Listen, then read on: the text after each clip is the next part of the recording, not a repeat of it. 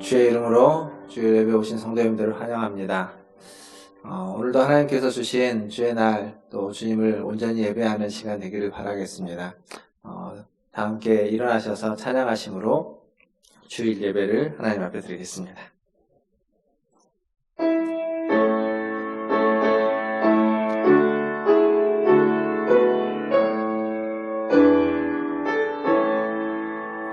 찬양하라 내 영혼아, 찬양하라 내 영혼아, 온 마음과 정성 다하여 주 찬양하라. 경배하라 내 영혼아, 경배하라 내 영혼아, 온 마음과 정성 다하여 주 경배하라. 하나님, 이 시간 주님을 찬양하며 주님을 경배하며 주님 앞에 나아갑니다. 시간 이 예배 자리에 임재하여 주시고 우리의 찬양과 경배를 받으시고 주님의 말씀과 은혜를 우리에게 허락하여 주시옵소서. 그래서 주님을 만나고 돌아가는 이 한 시간 될 수 있도록 은혜 베풀어 주시옵소서. 감사하며 예수님의 이름으로 기도하옵나이다. 아멘. 다 함께 교독문 28번 시편 63편 함께 교독하겠습니다. 교독문 28번 시편 63편입니다. 교독하겠습니다. 하나님이여, 주는 나의 하나님이시라. 내가 간절히 주를 찾되 우리 없어 말고 한평 땅에서 내 영혼이 주를 갈망하며 내 육체가 주를 악몽하나이다. 내가 주의 권능과 영광을 보기 위하여 그와 같이 동부에서 주를 바라보니 주의 인자하심이 생명보다 나음으로 내 입술이 주를 찬양하겠다. 이러므로 나의 평생에 주를 송축하며 주의 이름으로 말미암아 나의 힘을 빌리리라. 골수와 기름진 것을 먹음과 같이 나의 입이 기쁜 입술로 주를 찬송하되 내가 나의 침상에서 주를 기억하며 그러게 주의 말씀을 자손들로 돌리되 주는 나의 도움이 되셨습니다. 내가 주의 날개 그늘에서 즐겁게 부르리이다. 아멘. 사도신경으로 신앙을 고백합니다. 전능하사 천지를 만드신 하나님 아버지를 내가 믿사오며 그 외아들 우리 주 예수 그리스도를 믿사오니 이는 성령으로 잉태하사 동정녀 마리아에게 나시오 본디오 빌라도에게 고난을 받으사 십자가에 못 박혀 죽으시고 장사한 지 사흘 만에 죽은 자 가운데서 다시 살아나시며 하늘에 오르사 전능하신 하나님 우편에 앉아 계시다가 저리로서 산 자와 죽은 자를 심판하러 오시리라. 성령을 믿사오며 거룩한 공회와 성도가 서로 교통하는 것과 죄를 사하여 주시는 것과 몸이 다시 사는 것과 영원히 사는 것을 믿사옵나이다. 아멘. 다 함께 앉으셔서 찬양하겠습니다.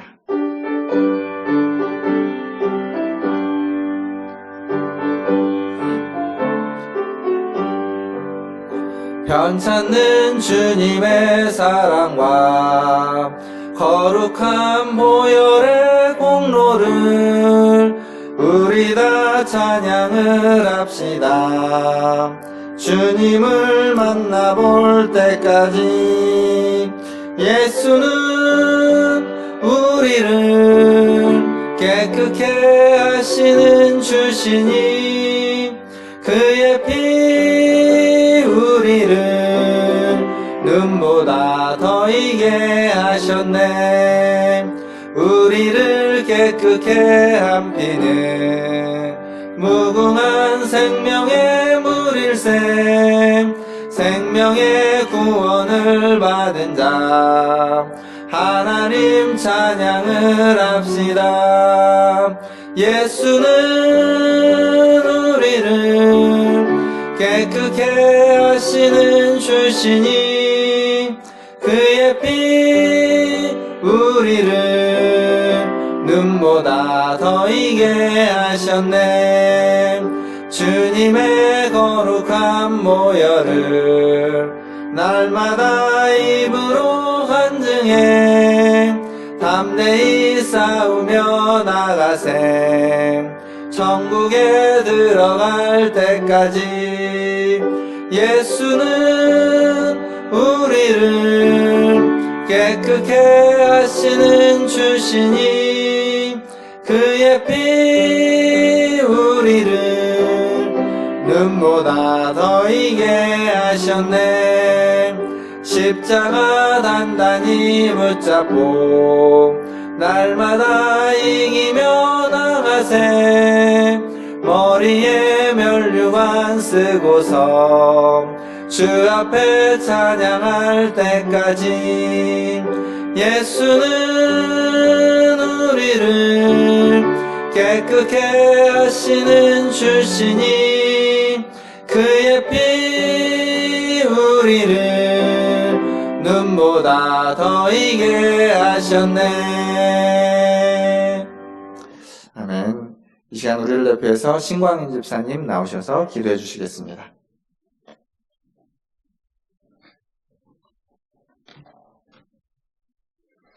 기도드리겠습니다. 사랑과 은혜가 풍성하신 하늘에 계신 하나님 아버지 감사합니다. 세상 코로나 가운데 여지껏 주님 은혜 가운데 눈동자같이 보이셨다가 이 시간 마음과 뜻과 정성을 다하여 주일 일부 예배를 주님께 예배하게 하시니 감사드립니다. 저희들 죄로 말미암아 죽었던 죄인들을 구속의 은총으로 구원해 주시고 저희들의 심령을 깨끗하게 씻어주셔서 주님께서 받으시기에 합당한 예배가 되게 하옵소서. 사랑의 주님, 전 세계가 신종 코로나 바이러스로 때문에 불안에 떨고 있습니다. 온 성도님들에게 바이러스를 이겨낼 수 있는 건강을 주시고 하나님을 더 사랑할 수 있는 믿음을 허락하여 주시옵소서. 저희들의 오직 성령 충만함으로 사랑으로 하나 되게 하시고 우리가 힘써 여호와를 알고 말씀과 기도로 세상을 변화시키는 교회가 되게 주님 도와주시옵소서. 사랑의 주님, 이 시간 하나님 앞에 구하는 것들, 나라를 위하여, 교회를 위하여 각자의 소원을 부르짖을 때 저희들의 마음 심령 가운데 성령이 임하셔서 저희들의 소원이 다 이루어질 수 있도록 주님 역사하여 주시옵소서. 말씀을 전하실 목사님에게 성령 충만함을 더하여 주시고 피곤하지 않도록 하나님의 역사로 충만하게 하옵소서. 말씀을 통하여 말씀에 순종하게 하시고 변화받아서 이 세상 살아갈 때 승리하게 하시고 교회에서는 빛과 소금의 역할을 할 수 있게 주님 도와주시옵소서. 이 시간 하나님 영광 받으시고 저희들에게는 하나님의 능력과 은혜가 충만하게 하옵소서. 예수님 이름으로 기도드리옵나이다.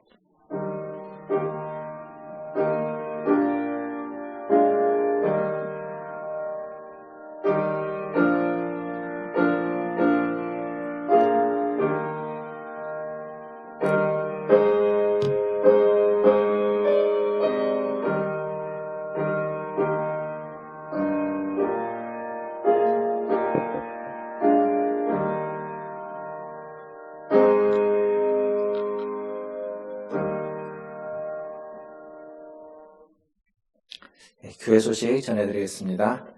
오늘은 어린이 주일입니다. 어린이 주일인데 교회에서 뭐 특별한 행사는 없지만 우리 교육부서에서는 어린이들을 위한 축복의 시간 또 간식과 그런 축복과 선물이 있을 거라고 알고 있습니다. 어린이들 보시면 또 각 가정에 있는 어린이들에게는 많은 축복과 많은 은혜를 나누는 오늘 하루 되시기를 바라겠습니다. 상반기 신약성경 통독을 또 우리 같이 하고 있습니다. 함께 하시는 우리 성도님들이 많이 계시는데, 저 뒤에 보시면 명단도 또 함께 하시는 분 명단도 있습니다. 통독에 힘써주시고, 이번 주에는 고린도 전서 혹은 고린도 후서 이렇게 전후서를 다 같이 읽는 구역도 있고요. 그렇게 읽게 되겠습니다. 교구별로 교역자들의 안내를 받아서 함께 해주시길 바라겠고, 개인적으로 혹시 하고 계시는 분들, 또 성경을 읽으시는 분들도 이 순서에 꼭 따를 필요는 없지만 함께 동참해 주시면 감사하겠고, 또 계속 말씀을 읽으면서 말씀의 은혜를 나눠주시면 감사하겠습니다.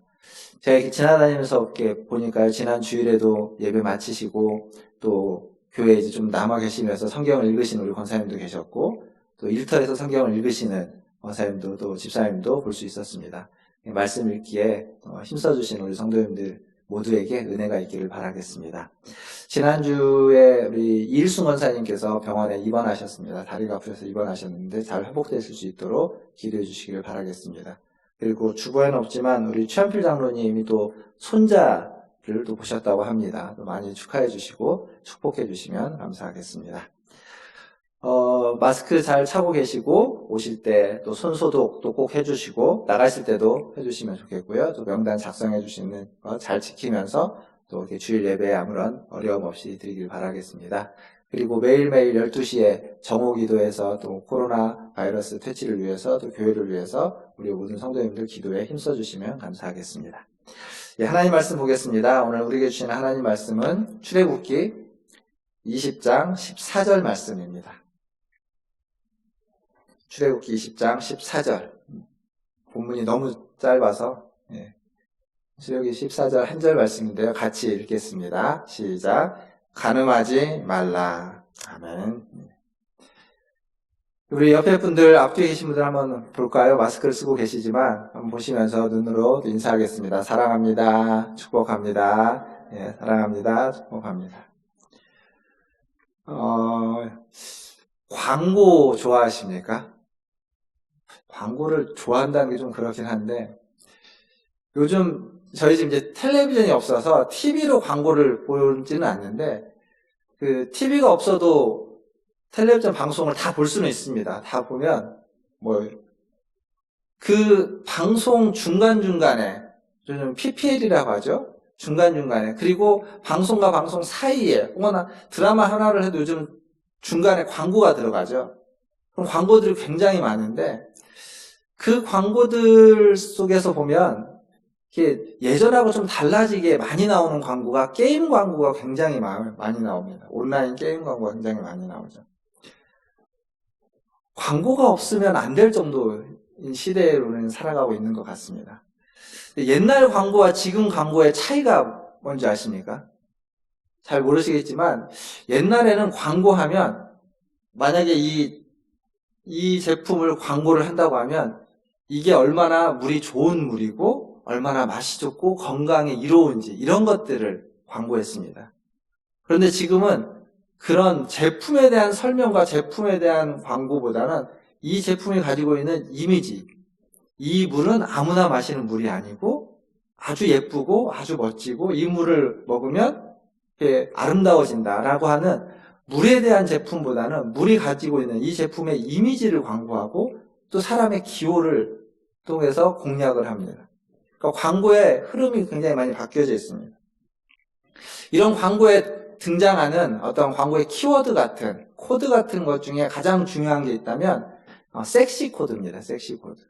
그래서 라면 하나를 먹어도 예쁘고 잘생긴 사람이 먹으면 그 라면이 괜히 맛있어 보이고, 변비약을 광고하는데 S라인을 강조합니다. 이게 광고에서 많이 보여지는 모습들입니다. 우리가 보고 있는 많은 광고들 속에 그런 코드, 그런 키워드들이 수없이 담겨져 있습니다. 사실 성이라는 것 자체는 나쁜 것이 아닙니다. 그래서 그게 나쁘다, 좋다 이렇게 평가할 수 있는 건 아니지만, 그냥 수없이 많이 쏟아지는 광고 속에 어떤 성적인 코드들이 들어가 있고 성적인 메시지들이 자연스럽게 녹아져 있습니다. 그러다 보니까 그 광고의 홍수에, 그 광고의 융단폭격을 받고 있는 우리에게 있어서 이 성이라는 것은 더 이상 신비로운 것이 아닙니다. 웬만한 대부분이 성에 대해서 무엇인지 다 알고 있고 심지어는 너무 일찍 너무 많이 알고 있기도 합니다. 그러다 보니까 성이라는 것을 아주 가볍게 취급하는, 그것이 어떤 신비롭고 귀하게 취급되지 않고 아주 가볍고 그냥 오락과 유흥으로 취급되어져 버리는 시대에 우리는 살고 있습니다. 이런 맥락에서 등장하는 게 뭐냐면 일단 음란함의 등장이 좀 더 나가서 요즘 뭐 계속 지난주에도 얘기했지만 그 성착취물의 대표적으로 이름이 됐던 N번방 같은 것이 이런 맥락에서 등장하는 겁니다. 성착취, 성추행, 성폭행, 뭐 둘에 포함해서 성폭력이라고 하죠. 그리고 동성애 이런 것들을 다 포함해서 음란이라는 이름으로 묶어버릴 수 있을 겁니다. 그것에 우리는 이렇게 어쩌면 홍수에 살고 있는 시대에 있습니다. 그런데 그 못지않게 중요한 또 이 성적인 게 있습니다. 그게 뭐냐면 외도와 불륜입니다. 그런데 앞에서 말했던 이런 성적인 문제하고 외도와 불륜은 우리에겐 좀 다르게 다가오고 느껴집니다. 그런 말이 있죠. 남이 하면 불륜이지만 내가 하면 로맨스다. 그러니까 사랑과 로맨스라는 이름으로 외도와 불륜이 다가오고 있습니다. 우리나라 사회, 한국 사회는 이 외도와 불륜이 굉장히 만연한 사회라고 합니다. 뭐 매년은 아니지만 몇 년에 한 번씩 꼭 빠지지 않고 나오는 어떤 사건 사고 중에 뭐가 있냐면 대표적인 사건 사고를 어느 교수님이 이제 그 사건을 들었는데 2008년 6월에서 9월까지 김모 씨인가요? 이모 씨인가 이 두 사람이 우리나라의 국가와 공기업에 있는 연구원들과 공무원들에게 무작위로 전화를 겁니다. 무작위로 전화를 걸어서 공갈 협박을 하는 겁니다. 나는 내가 한 일을 알고 있다. 너의 불륜을 너의 직장과 가정에다가 다 알리겠다. 라고 공갈 협박을 합니다. 근데 이 무작위로 하는 공갈 협박에 14명이나 해서 수천만 원을 보냅니다. 그 얘기는 뭘까요? 그 말에 걸리는 사람이 있는 거죠. 이게 무작위로 했다라는 게 중요해요. 근데 이게 그때 한 번만 있는 사건이 아닙니다. 인터넷 검색해보면 수없이 다른 사건들이 많이 나옵니다.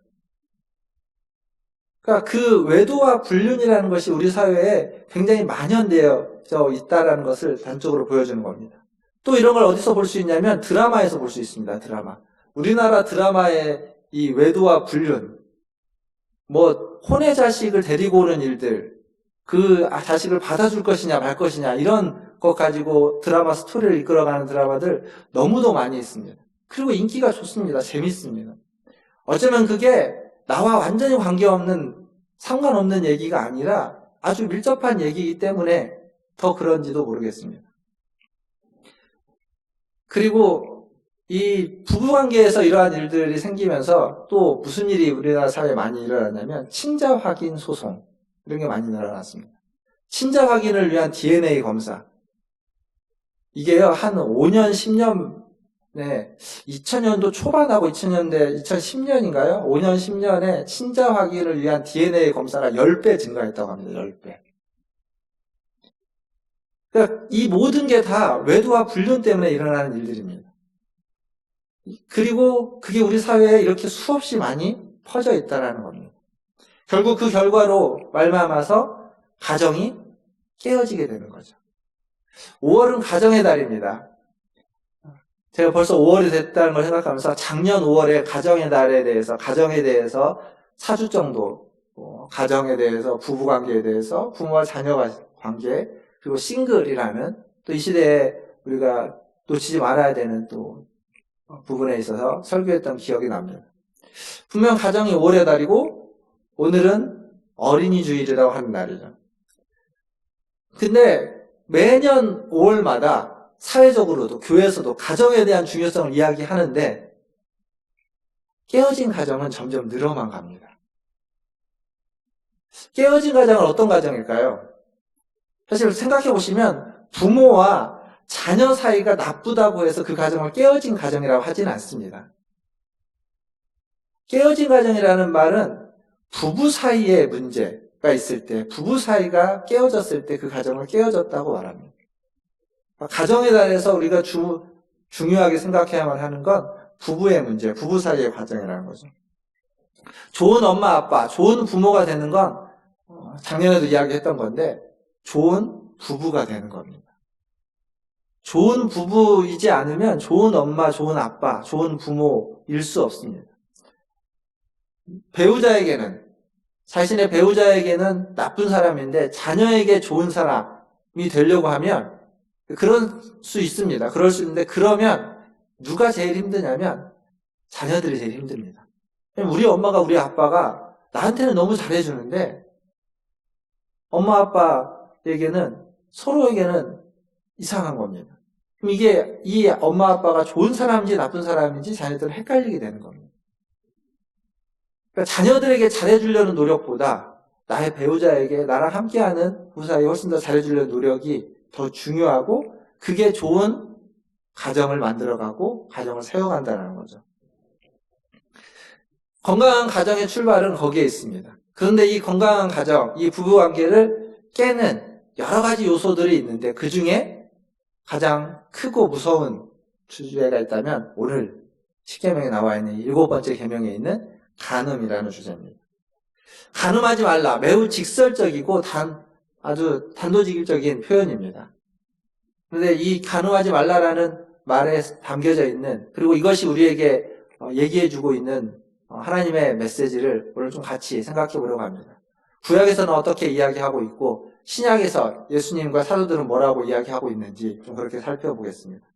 먼저 구약에서 이 간음이라는 말은 쓰여진 단어가 47번, 아니 34번 나옵니다. 34번 나오는데 이 34번이 주로 우리가 보고 있는 이제 출애굽기와 비롯해 모세 오경에 좀 나오고 그리고 선지서에 20번이라는 데서 많이 나오는데요. 이게 언제 쓰여지고 있냐면 누구를 대상으로 하는 얘기냐면 남성들을 대상으로 하는 얘기입니다. 이 간음하지 말라라고 할 때 이 명령은 2인칭 남성 단수형으로 쓰였습니다. 즉 이걸 이제 대표 단수라고 하는데 남자들을 향해서 정확하게 얘기하고 있는 명령이라는 겁니다. 남자들에게 뭐라고 명령하냐면 오늘 우리가 읽었던 출애굽기 20장 14절은 뭐 누구의 대상이 없죠. 대상에 대해서 설명이 없는데 레위기 20장 10절에 가보면 그 대상을 정확하게 이렇게 이야기하고 있습니다. 레위기 20장 10절을 보면 이렇게 제가 읽어드리겠습니다.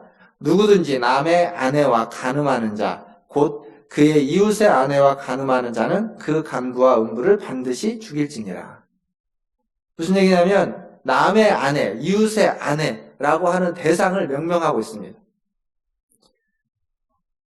다른 성경에도 이 간음하지 말라라고 하는 이 맥락에서는 분명히 남성들을 향해서 이야기하면서 그 대상을 다른 집의 이웃의 아내라고 명명해주고 있다는 거죠. 즉 이 간음은 다른 가정을, 다른 이웃의 결혼을 깨는 일입니다.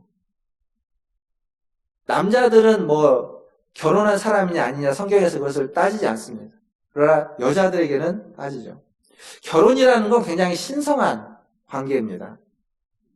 신성하지만 자연스러운 건 아닙니다. 부모와 자식 간에는 이렇게 출산이라는 해산이라는 걸 통해서 자연스럽게 부모 자식 간의 관계가 맺어집니다. 그런데 남자와 여자가 만나서 결혼하는 건 그런 자연스러운 관계가 아니라 어떤 약속과 언약이라고 얘기할 수 있는 약속으로 맺어진 관계, 그게 부부 관계입니다. 그래서 더 신성합니다. 하나님과 우리의 관계는 하나님 우리를 낳으셨다라고 이야기할 수 있지만 하나님과 우리의 관계는 하나님과 우리와 맺은 언약으로 맺어진 관계입니다. 그래서 우리와 하나님과의 관계도 굉장히 신성합니다. 똑같습니다. 결혼 관계도 언약으로 맺어진 관계입니다. 그런 의미에서 굉장히 신성한데 이 언약이 깨어지면 이 언약을 깨는 행동은 결국 그 신성함을 깨는 행동이 되는 겁니다. 간음은 바로 그 언약을 깨는 행동인 것이고 그래서 그 신성함을 깨어버리는 것, 그게 간음이 되는 거죠. 결혼식 할 때 서약이라는 걸 하죠. 그럼 그 서약에 꼭 들어가는 문구가 하나 있습니다. 죽음이 우리를 갈라놓을 때까지, 죽음이 두 사람을 갈라놓을 때까지, 혹은 검은 머리가 팥불이 되도록 남편은 아내를 향해서 정절을 지키고 의무를 다할 것을 서약하십니까? 뭐 이렇게 물어보죠. 이 죽음이 갈라놓을 때까지라고 하는 이 표현은 결혼이라는 것이 사랑보다 더 크다라는 것을 말해주는 겁니다. 사랑은요, 변할 수 있습니다. 바뀔 수 있습니다. 그러나 결혼은 죽음 이외에는 변하고 바뀌지 않겠다라고 하는 약속입니다. 상호 간의 약속이에요. 사랑보다 훨씬 더 크고 사랑보다 훨씬 더 강력하게 우리가 약속하고 있고 맹세하는 것이 결혼의 맹세고 결혼의 서약입니다. 간음은 바로 그것을 무시해버리고 그것을 깨는 것이고 그것을 통해서 한 가정의 어떤 그 언약과 약속을 파기해버리는, 그것을 망쳐버리는 일이 간음이 되는 거죠.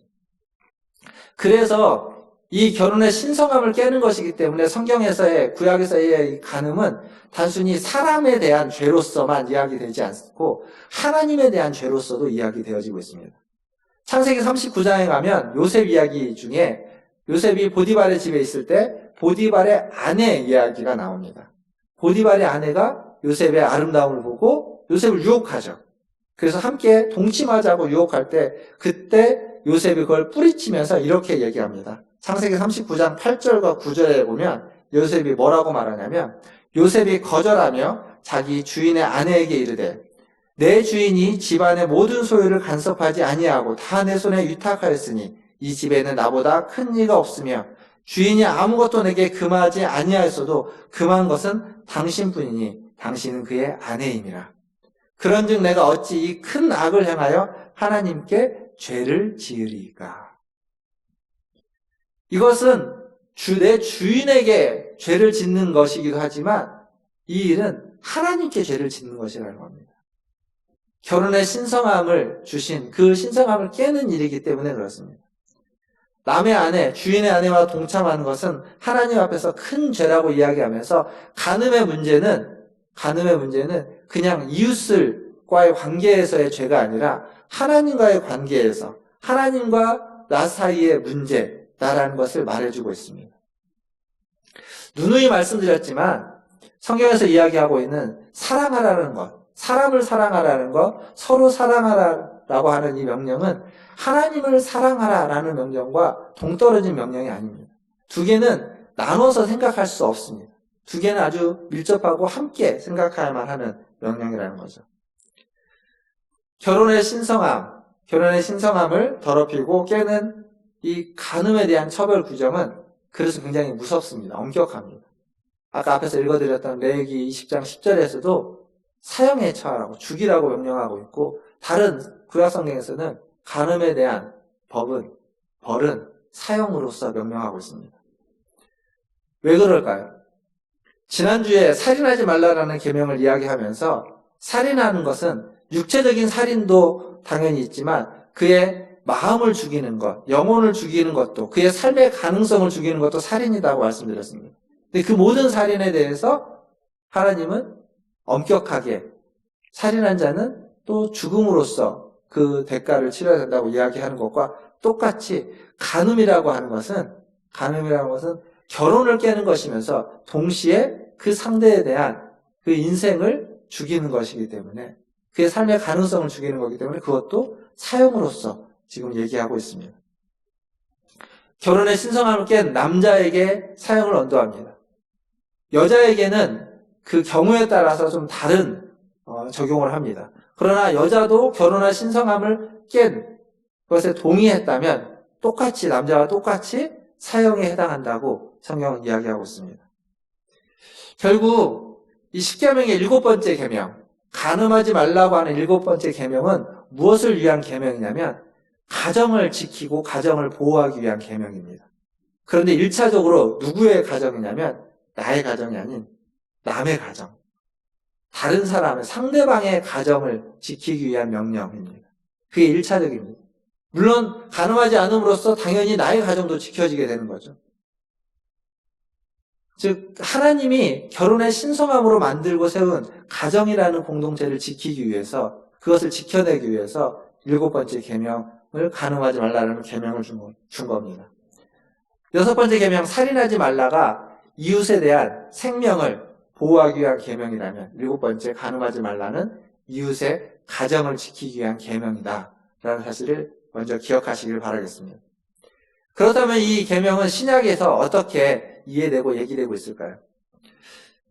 신약 시대를 포함한 고대 사회라고 이야기할 수 있는 우리나라의 고대 사회를 포함한 모든 고대 사회에서는 남자의 간음은, 남자의 어떤 성적인 일탈은 죄로서, 간음죄로서 처벌하지 않았습니다. 그런 죄를 처벌하지 않았습니다. 성경에도 보면 이 간음하지 말라라는 계명이 있는데 이 계명을 유대인들은 어떻게 적용을 하냐면 다른 사람에 대해서 마음이 있고 무엇인가를 행하기 위해서 나에게 아내가 있으면 그 아내에게 이혼 증서를 써줍니다. 그리고 다른 사람에게 가는 것이 그냥 구약 성경에 있는 내용을 그들이 적용하는 방식입니다. 그리고 이 법은 어디에만 적용하냐면 오로지 여자가 이 간음의 문제를 일으켰을 때 여인에게만 적용했습니다. 그래서 분명히 말했지만 앞에서도 간음하지 말라는 남성들에게 하는 명령이었는데 이 명령을 여성들에게만 적용하는 식으로 적용했습니다. 그 말은 실제로 유대인들에게서 이 7번째 계명은 죽은 계명입니다. 사문화된 계명, 법조항에 지나지 않았습니다. 이것을 예수님이 살려냅니다.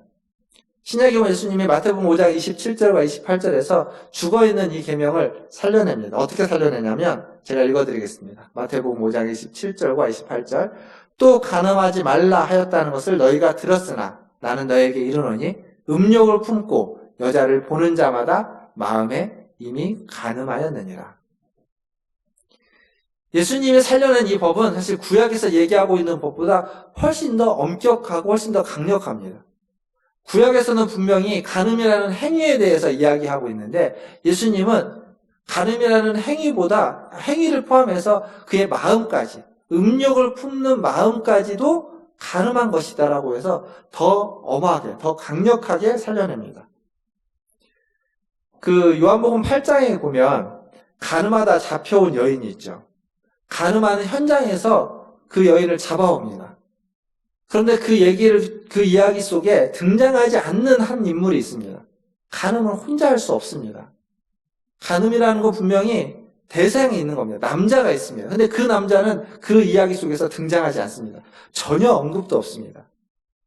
지금 그게 이 시대를 반영해주고 있는 겁니다. 이 계명을 간음하다가 잡힌 율법에는 간음하지 말라고 했고 간음한 자는 돌로 쳐 죽이라고 되어 있기 때문에 그걸 죽여야 됩니까? 말아야 됩니까? 라고 하면서 예수님을 시험하러 오는데 정작 성경에서 이야기하고 있는 1차적인 대상자인 남자는 빠져 있습니다. 그 율법이 당대의 여인에게만 적용되고 있다는 것을 잘 보여주는 이야기입니다.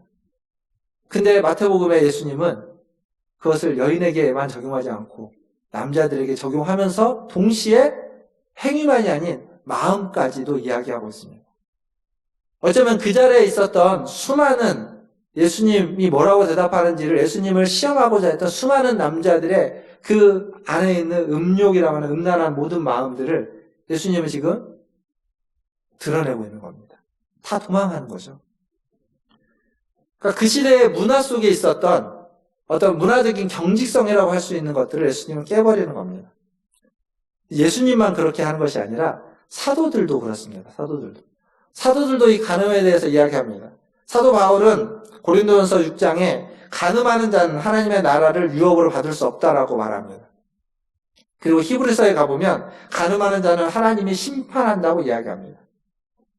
야고보서에서 야고보 사도는 간음하는 일은 하나님과 원수가 되는 일이다 라고 이야기해주고 있습니다.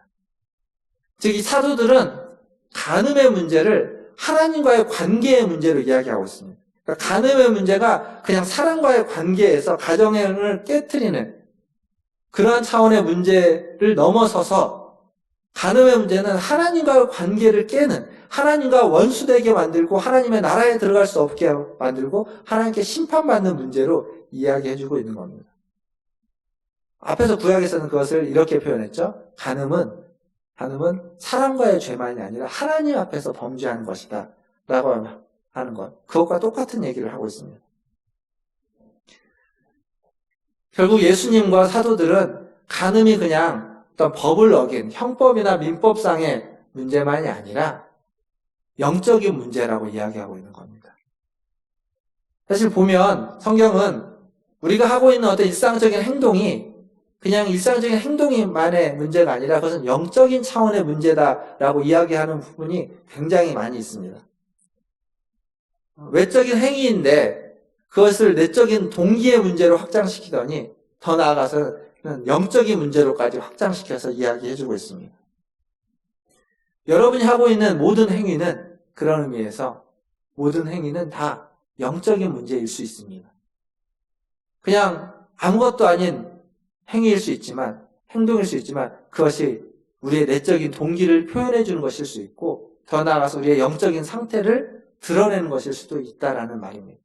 그래서 우리가 하고 있는 모든 행위는 말 한마디, 표정 하나, 행동 하나는 우리가 다 하나님 앞에서 하는 것과 같고, 하나님과의 관계에서 이루어지는 것과 같이 신중하게 행동하고 선택해야만 한다는 거죠. 사랑하는 성도 여러분, 하나님은 이러한 결혼의 관계가, 우리의 가정이 지켜지고 보호되기를 원하십니다. 그리고 신성한 결혼을 통해서 가정이 더욱 풍요로워지고 아름다워지기를 원하는 겁니다. 또 그로 말미암아 하나님의 사랑을 그 관계 속에서 경험하고, 또 하나님과의 사랑이 그걸 통해서 더욱 깊어지고 더욱 풍성해지기를 하나님은 원하시는 겁니다. 물론 부부관계를 통해서 죄가 시작되기도 합니다. 아담과 하와의 관계 속에서 죄가 시작되어지는 죄의 초창기 모습이 거기에 시작됩니다. 그러나 동시에 부부관계를 통해서 하나님의 사랑과 하나님의 용서가 시작되기도 합니다. 우리의 모든 관계들, 우리의 가정의 관계들을 통해서 그러나 하나님의 용서와 사랑이 시작되고 출발되고 풍성해져가는 은혜가 있기를 주님의 이름으로 축원합니다.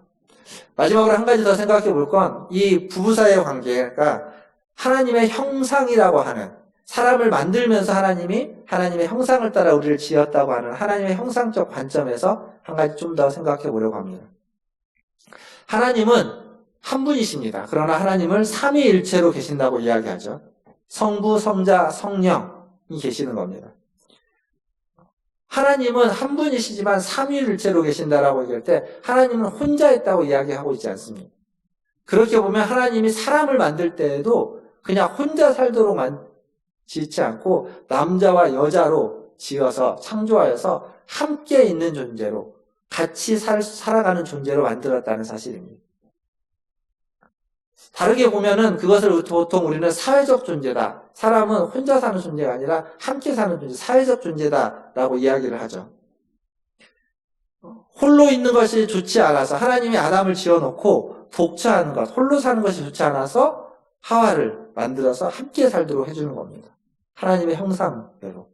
그리고 그 하와에게 돕는 배필이다 라고 하는 어떤 부칙이라고 할까요? 별명이라고 할까요? 이런 것들을 주죠. 근데 이 돕는 배필이라는 표현이 그냥 우리가 생각하는 우리의 일을 도와주는 도우미의 차원의 이야기가 아닙니다. 가사 도우미와 같고, 혹은 어떤 청소를 도와주고 허드렛 일을 도와주는 그런 도우미의 의미로 돕는 배필이라고 말하지 않았고, 이 돕는다라는 말은 구약에 어느 때 주로 쓰이냐면 여호와는 나의 도움이시오, 나의 힘과 도움 되시는 여호와여 라고 할 때 쓰는 표현입니다. 하나님이 우리의 도우미 수준의 표현이 아니라 우리에게 절대적인 존재, 우리에게는 없어서는 안 되는, 나 혼자로 충분하지 않기에 나의 모든 것에 가장 중요한 절대적인 존재를 이야기할 때 돕는 자라는 표현을 구약에서, 성경에서 쓰고 있습니다. 이 여인을 이야기할 때 돕는 배필, 또 똑같은 단어와 똑같은 의미로 쓰여졌다는 겁니다. 즉 여자와 남자는 필수적인 존재라는 겁니다. 절대적인 존재라는 겁니다. 관계하지 않고는 살 수 없는 존재라는 겁니다. 그러니까 성경은 이 남자와 여자의 관계를 차별적인 관계로 이야기하지 않습니다. 처음부터 그렇습니다. 상호간에 절대적으로 도움을 주고받아야만 하는, 상호간에 절대적으로 필요한 영역이 있는 존재인 거죠. 그러니까 삼위일체의 하나님은 분명히 구별되지만 구분되지는 않습니다. 차이는 있지만 차별되지는 않습니다. 분명히 다른 부지이지만 같은 존재입니다. 남자와 여자도 마찬가지입니다. 차이가 있죠. 구별은 됩니다. 하지만 구분해서 안 되고 차별해서는 안 되는 겁니다. 같이 같은 수준에서 이야기되어지고 함께 해야만 하는 존재죠. 결국 부부관계가 그런 겁니다. 부부관계도 서로 간의 차이는 있지만 차별을 해서는 안 되고 무엇이든지 함께하고 함께 할 수 있는 관계, 나눌 수 있는 관계. 근데 이게 생각보다 그렇게 쉽지는 않습니다.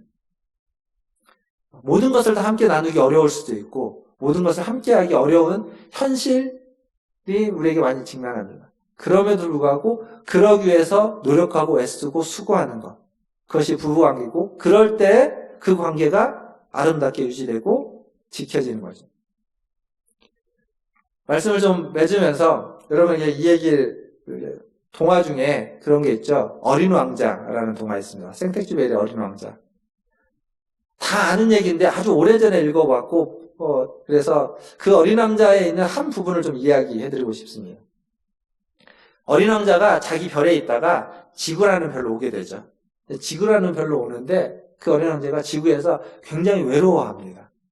외로워하면서 지구를 이제 돌아다니다가 어느 집 담장에 장미꽃이 만발한 것을 봅니다. 그 장미꽃이 만발한 걸 보고 이 어린 왕자가 절망합니다. 왠지 아십니까? 자기는 자기 별에서 장미꽃 한 송이를 애지중지하면서 키웠습니다. 그 한 송이를 정말 잘 키우기 위해서 노력과 시간을 들이면서 애지중지했는데 그 담장에 장미꽃이 만발한 겁니다. 자기 장미꽃 하나가 아무것도 아닌 것처럼 보이는 거죠. 수백 개의 장미꽃 중에 그냥 단 하나일 뿐이라는 사실을 보면서 절망하게 됩니다. 근데 그때 낙심하는 그때 어린 왕자가 은빛 여우라고 하는 여우를 만납니다. 그리고 그 여우를 통해서 길들인다라는 이야기를 듣게 됩니다. 길들인다. 나는 너에게 길들여지지 않았기 때문에 나는 너와 함께할 수 없다라고 하면서 이야기를 시작하죠. 그러면서 그 여우가 말하는 길들인다는 얘기는 무슨 의미냐면 관계를 맺는다는 의미예요. 여우가 여러 가지 이야기를 합니다. 그리고 여우가 그렇게 이야기하죠. 다시 가서 장미를 보라고. 너의 별에 있는 그 장미는 너에게 그냥 똑같은 장미가 아니라 특별한 장미일 거라고 이야기합니다. 장미꽃이 특별하다는 거죠. 어떤 의미에서 특별하냐면 이 장미는 내가 물을 줬고 그리고 유리덮개를 씌워줬고 벌레를 잡아줬고 바람을 막아줬다는 겁니다. 그리고 이 장미의 불평하는 소리도 들어줬고 장미의 고독도 들어줬고 장미와 이야기도 했다는 겁니다. 그래서 내가 이 장미를 보면 이 장미가 나에게 방긋 웃어준다는 겁니다. 그게 길들여졌다는 거죠.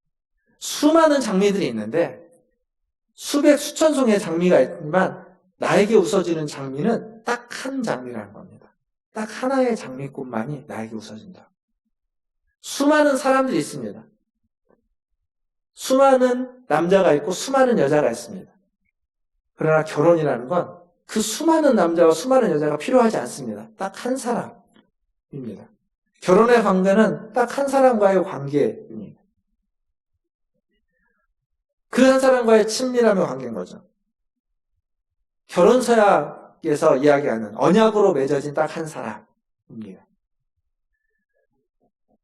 그래서 어떤 의미에서 그 부부관계는 쉽게 깨어질 수도 있습니다. 쉽게 상처받고 쉽게 깨어지고 쉽게 헤어질 수도 있는 관계입니다. 그냥 언약이니까 그냥 약속일 뿐이니까.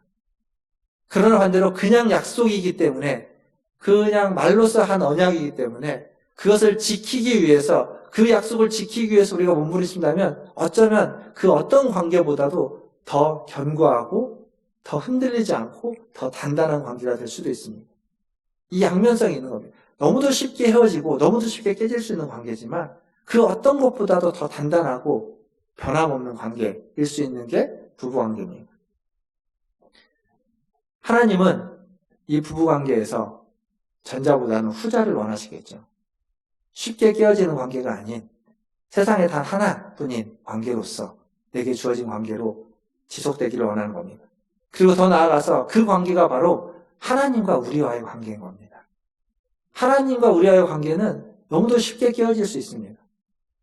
평소에 우리가 믿음과 신앙을 준비하지 않았다면, 그리고 우리의 믿음이 그냥 이렇게 다져진 믿음이 아니라면, 어쩌면 오랫동안 예배를 드리지 못하고 있고, 또 교회에서 모이지 못하고 개인적으로 신앙생활을 해야만 하는 이 시대에 그 신앙은 쉽게 흐지부지 될 겁니다. 그러나 우리가 평소에 그 관계를 돈독히 맺어왔고, 하나님과의 언약으로, 하나님과의 약속으로 맺어진 이 믿음의 관계가 우리에게 견고해지는 건 이때 지금과 같은 시기에 그냥 개인적으로 신앙생활을 더 해야만 하는 이 시기에는 더욱더 하나님과 관계가 견고해지고 흔들림 없어지게 되는 겁니다. 하나님이 원하시는 관계죠. 그게 하나님과 우리와의 관계입니다. 하나님을 여러분은 아버지로 부르죠, 우리는. 하나님 아버지라고 표현합니다. 물론 그 표현은 너무도 깊고 너무도 아름다운 표현입니다. 그러나 또 하나, 하나님은 우리에게 신랑이고 사랑하는 입니다. 애인이고 연인으로서 불려지기를 원할 겁니다. 내가 사랑하는 사람을 부를 때 그 마음과 그 표정과 그 모습으로 우리가 하나님을 부르는 거죠. 그리고 그 하나님을 사랑하고 그리고 그 하나님을 원하는 것. 그것이 바로 이 부부관계를 통해서 우리가 깨우치고 배우고 또 하나님과 관계를 더욱 깊이 맺어가는 길이라고 생각합니다. 부모는요, 자녀의 불륜과 외도를 용서할 수 있습니다. 부모는 자녀가 부모 외도하고 불륜해도 자기 자녀 편일 겁니다. 그러나 배우자는 그렇지 않습니다. 그렇지 않아야만 정당한 겁니다. 또.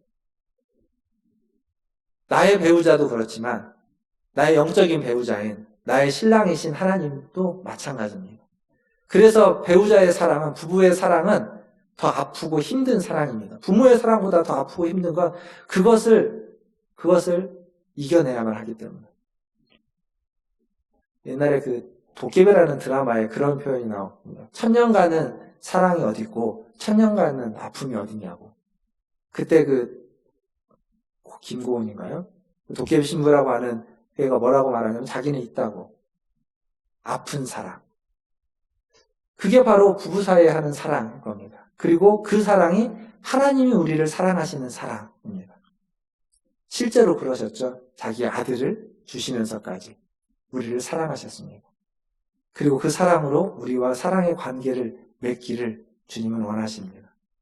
오늘도 이 주일, 주임제에 나와서 예배하시는 우리 모든 성도님들에게 그 하나님과의 관계가 더욱 사랑의 관계로 더욱 깊어지시고, 간음하지 말라고 하는 이 명령이 우리의 가정을 지키고 다른 사람의 가정을 지키는, 부부 사이의 관계를 지키는 명령일 뿐만 아니라 하나님과의 관계, 하나님과의 친밀함의 관계를 지켜가는 명령으로 우리에게 주어지고 그 명령에 순종하시는 저와 여러분 다 되시기를 주님의 이름으로 축원합니다. 기도하겠습니다. 시간 기도하실 때 우리 함께 기도하도록 하겠습니다. 오늘 말씀을 기억하시면서 주님이 우리에게 주시는 그 사랑이 얼마나 큰지, 그 주님의 그 아픈 사랑에 감사하면서 또 하나님 원하시는 우리의 가정을, 그리고 우리 부부관계를 꾸려가기 위해서 기도해 주시고, 또 코로나19 바이러스가 속히 퇴치되고 극복되어질 수 있도록 우리나라를 위해서, 전 세계를 위해서 우리 같이 1, 2분 정도 함께 기도하겠습니다. 기도합니다. 하나님 감사합니다. 하나님 오늘 이 시간 하나님 말씀을 통하여서 하나님 우리에게 주신 그 하나님의 사랑, 그리고 하나님 우리가 허락해 주신 그 가정에, 그 결혼에 하나님 부부의 관계가 얼마나 성해야만 하는지를 하나님 생각하게 하시니 감사합니다. 하나님 약속으로 맺어진 아버지 하나님 관계입니다. 하나님 부부의 관계도 그렇고 하나님과의 관계도 하나님 언약으로 맺어진 관계입니다. 하나님 거기에 쉽게 흔들리고 쉽게 깨어질 수 있지만 그것을 지켜가기 위해서 아버지 하나님 몸부림치고 하나님이 그 약속을 지키기 위해서 하나님 그 아픔을 경험하고 아픔을 견뎌냈던 것처럼 하나님 우리 또한 그 하나님과의 관계에서 약속을 지켜낼 수 있도록 하나님 주시고 은혜 주시고 그 아픔을 이겨낼 수 있도록 인도하여 주시옵소서. 하나님 또한 기도하는 겁니다. 아버지 하나님 오늘 나온 우리 모든 성도들의 가정이 더욱하며 하나님 모든 성도들이 더욱 나은 관계들이 될 수 있도록 주님 인도하여 주옵소서. 더 나아가서 하나님과의 관계 또한 아버지 하나님 더욱 깊어지고 하나님과 관계 또한 아버지 하나님 더욱 신중해지고 깊고해질 수 있도록 도와주시고 하나님이 우리 아버지실 뿐만 아니라 나의 사랑하는 이로서 하나님을 원하고 하나님을 찾고 하나님과 함께하며 아버지 하나님 사랑의 고백을 할 수 있는 하나님을 사랑한다고 고백할 수 있는 되게 하여 주시옵소서. 주님 사랑합니다. 주님 사랑합니다. 주님 코로나19가 극복되어지고 퇴치될 수 있도록 주님 은혜 베풀어 주시옵소서. 우리나라뿐만 아니라 아버지 하나님 전 세계 열방의 수많은 나라들이 하나님 아직도 이 일에 아버지 하나님 수많은 사람들이 걸리고 죽어가고 있습니다. 주님 불쌍히 여겨주시고 이겨낼 수 있게 해주시고 극복할 수 있게 도와주시옵소서. 모든 이들 아버지 하나님 수고하는 우리는 우리에게 하나님 집과 긍휼을 베풀어 주시고 은혜를 베풀어 주옵소서. 하나님, 날마다 주님을 사랑하는 자로 살아가게 하여 주시옵소서. 주님이 세워주신 이 가정 안에, 결혼 안에, 약속과 언약으로 맺어진 이 관계 속에서 아버지 하나님 그 사랑을 잃지 않고 잊지 않고 실천해가고 구현해낼 뿐만 아니라 하나님과 관계, 언약으로 맺어진 하나님과의 관계 또한 더욱 깊어지게 하여 주시고 더욱 풍성해지게 하셔서 하나님 더욱 돈독해지고 더욱 견고해지는 관계들이 되게 하여 주시옵소서. 또한 아버지 하나님, 코로나19로 말미암아서 어려움을 당하고 있는 이 시대, 하나님 우리의 하나님과의 관계도 깊어질 뿐만 아니라 이것을 이겨내기 위해서 우리의 기도가 하나님 우리 자신과 우리 나라에만 머물러 있지 않고 하나님 아픈 자들과 힘들어하는 자들과 또 세계와 열방까지 확대되게 하여 주셔서 전 세계가 이 일을 극복하는데 우리의 기도가 사용되게 하여 주시고 잠깐이지만 하나님 코로나19로 말미암아서 죽어가고 있고 아버지 하나님 어려움 당하고 있는 그 전 세계의 많은 나라들을 생각하며 하나님 기도하는 우리들 모두가 되게 하여 주시옵소서. 그 나라들 가운데 자비와 긍휼을 부시고 은혜와 능력을 허락하셔서 하나님 코로나19를 이겨낼 수 있도록 도와주시옵소서. 감사하며 예수님의 이름으로 기도하옵나이다. 아멘. 시간 찬송가 428장 찬양하시면서 준비하신 예물 드리겠습니다.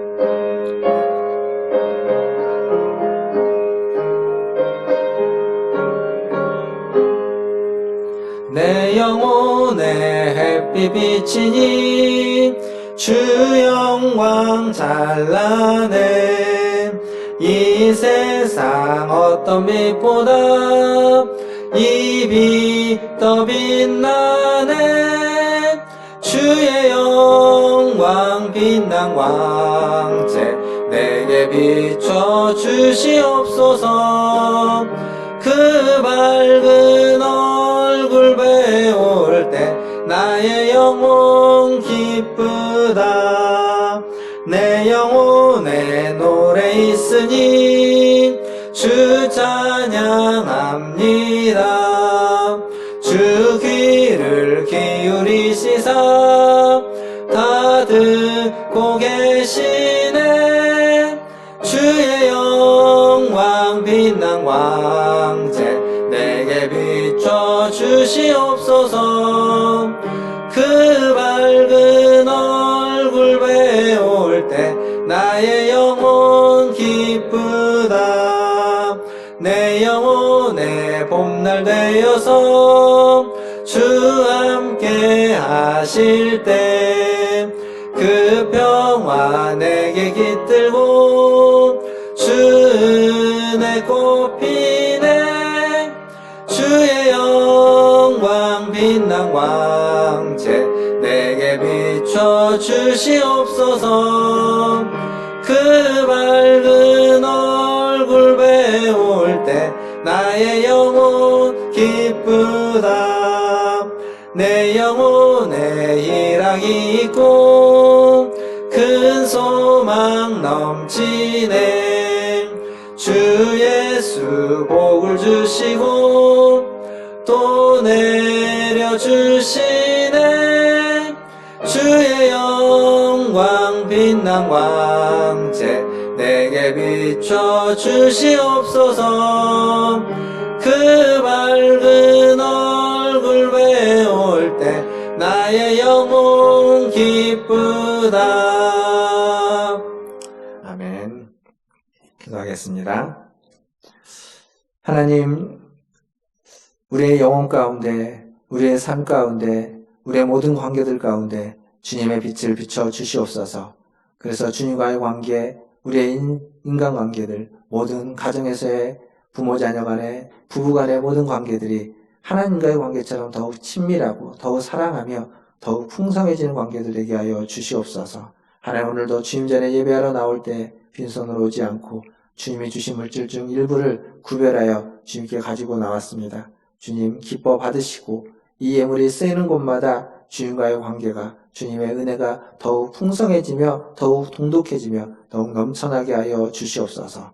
하나님 예물을 드린 손길을 기억하여 주시고 그 손으로 하는 모든 일들이 더욱 풍성한 열매를 맺는 일들 되게 하여 주시고 그 일을 통해서 모든 관계들이 더욱 깊어지고 하나님 모든 약속과 모든 언약들이 아버지 하나님 다 이루어져가는 그러한 관계들 되게 하여 주시옵소서. 무엇보다도 하나님과의 관계에서 더욱 사랑하는 관계로 하나님을 더욱 사랑하는 하나님 그 손길과 그의 인생이 될 수 있도록 인도하여 주시옵소서. 모든 것을 주의 손에 의탁하며 지금은 우리를 죄에서 구원하여 주신 우리 구주 예수 그리스도의 은혜와 하나님 우리 아버지의 크신 사랑하심과 성령 하나님의 위로교통 충만케 하심이 오늘 주의 전에 나와 주님을 예배하며 부부간의 관계를 회복하고 하나님과의 관계 속에서 하나님을 사랑하는 신랑으로 신부로 사랑하는 이로 고백하는 우리 고개 숙인 모나춘제일교회 모든 성도들 위에와 그들의 자녀순들과 가정과